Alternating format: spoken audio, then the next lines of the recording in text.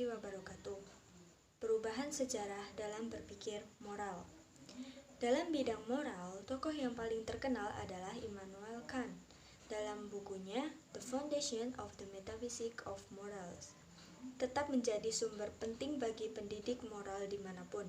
Di dalamnya, Kant berpendapat bahwa nalar manusia yang memungkinkan kita membuat pilihan moral, suatu perbuatan itu baik, bukan karena dikatakan demikian, bukan karena mengandung tulisan suci, atau memang karena orang lain telah memberitahu kita bahwa itu baik.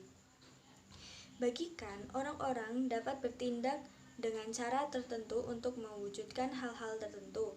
Misalnya, jika saya ingin menyelesaikan penulisan bab ini sebelum hari Rabu, saya harus berhenti menonton televisi dan kembali ke laptop saya.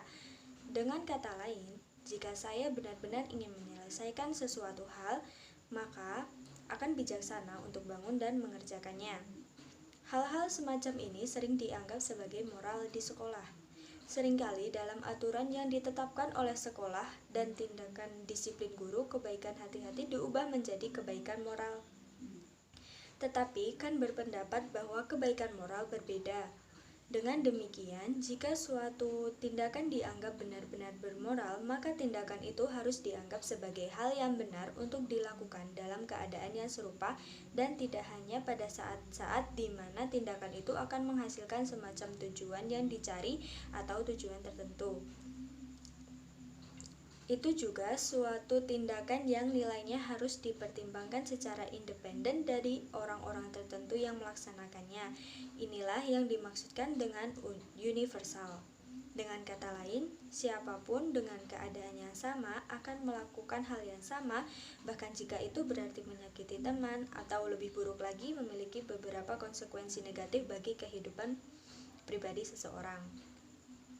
Sebelum abad ke-19, ketika mungkin ada beberapa ketidaksepakatan tentang bagaimana kita harus mengetahui apa yang moral atau memang apa yang harus kita fokuskan ketika mengajar anak-anak untuk menjadi bermoral, tetapi ada sedikit ketidaksepakatan tentang kebenaran moral objektif yang dapat kita ajarkan. Ada ketidaksepakatan tentang klaim dasar bahwa ada sesuatu yang mutlak benar dan salah, dan ketidaksepakatan ini dimediasi oleh banyak anak setiap hari. Bahkan budaya moral sekolah dan rumah mungkin sepenuhnya bertentangan. Dan potensi pertentangan ini bukan hanya masalah ketidaksepakatan tentang bagaimana kita mengajarkan hal-hal seperti itu, tetapi yang lebih mendasar, apakah hal-hal yang coba diajarkan sekolah dalam moral pendidikan seperti tanggung jawab, loyalitas, perilaku sopan adalah hal-hal yang masyarakat sebagai seluruh pelanggan. Menjelang akhir abad ke-19, berbagai pandangan muncul yang menentang pandangan moralitas sebagai terikat dan didirikan pada pandangan dunia religius. Sementara, seperti yang telah kita lihat dalam diskusi kita mengenai Kant, ada beberapa kepercayaan yang diberikan pada klaim bahwa Tuhan bukanlah dasar atau moralitas dalam course The Enlightenment seabad kemudian, terutama oleh filsuf seperti David Hume. Ini tidak bahkan seabad kemudian diterima atau disepakati secara luas. Seperempat terakhir abad ke-19 melihat munculnya klaim psikologis Sigmund Freud dan sosiologis Emil Durkheim bahwa Tuhan tidak lebih dari proyeksi. Dalam kasus-kasus Freud, Tuhan adalah reifikasi atau objektifikasi dari hubungan penuh dan cemburu antara anak laki-laki dan ayah. Dalam kasus Durkheim, Tuhan adalah reifikasi kolektif hati nurani yang mengikat masyarakat bersama untuk memastikan kelangsungan hidup dan keamanan bersama. Jika Tuhan dianggap sebagai proyeksi, maka klaim bahwa moralitas ditentukan oleh Tuhan sebagai bagian dari hakikat segala sesuatu harus dipertanyakan. Jadi, permulaan masalah pendidikan kontemporer bagi pendidik moral muncul dengan kelegaan yang tajam.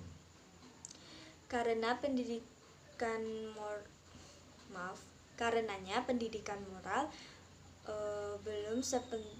mereka belum sepenting filsuf Jerman yang kurang terkenal Friedrich Nietzsche tahun 1844. Di dunia ini pendidikan moral akan menjadi masalah mematuhi hukum kuno yang untuk tujuan praktis dimaksudkan untuk menyampaikan sifat absolut mereka sebagai dasar dari keberadaan kita.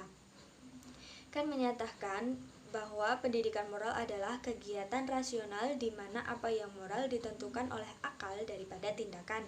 Pada tahun 1960, psikolog Amerika Lawrence Kohlberg sangat mengandalkan klaimkan bahwa orang yang bermoral adalah orang yang dapat menawarkan argumen rasional yang dapat dibenarkan untuk memilih satu tindakan terhadap tindakan lainnya. Dia juga dipengaruhi oleh psikolog perkembangan Jean Piaget yang menandai dan menganalisis apa yang dia lihat sebagai perkembangan kognitif anak-anak. Kohlberg secara umum dipandang sebagai tokoh kunci abad ke-20 dalam menciptakan sekolah psikologi perkembangan moral. Bagi Kohlberg, ini bukanlah latihan akademis. Gagasan mengikuti aturan adalah inti dari analisis Kohlberg, di mana ia berpendapat bahwa ada 3 fase pembenaran moral secara luas: prakonvensional, konvensional, dan pasca-konvensional.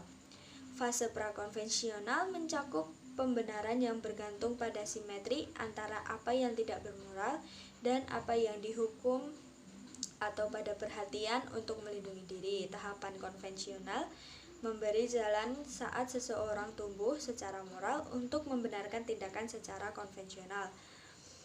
Pembenaran moral konvensional mungkin memberi jalan kepada moralitas pasca konvensional yang mulai membangun pandangan yang lebih abstrak tentang masyarakat ideal, yaitu masyarakat di mana nilai-nilai tertentu dalam masyarakat itu sendiri tunduk pada prinsip moral yang lebih besar atau sebelumnya.